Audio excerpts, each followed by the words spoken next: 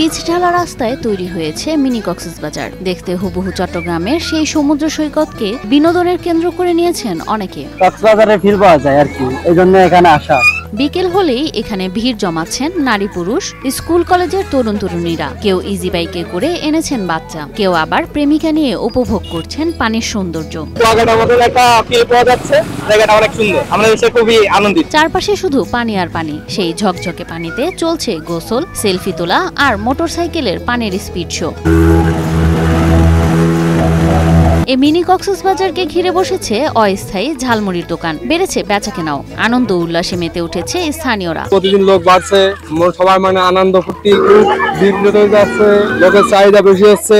কক্সবাজার নয়, ঝিনাইদহের নলডাঙ্গা ইউনিয়নের আরমুখ গ্রাম। কয়েকদিনের টানা বৃষ্টিতে রাস্তা তলিয়ে তৈরি হয়েছে অনন্য দৃশ্য, যাকে স্থানীয়রা বলছেন মিনি কক্সবাজার। এটা আমাদের মিনি কক্সবাজার পরিচিত এখন ডেমিজ রোড আরমুখ কুটিপাড়া টু জলাহার। আমরা এলাকাবাসী সবাই আনন্দিত, অনেক আনন্দিত।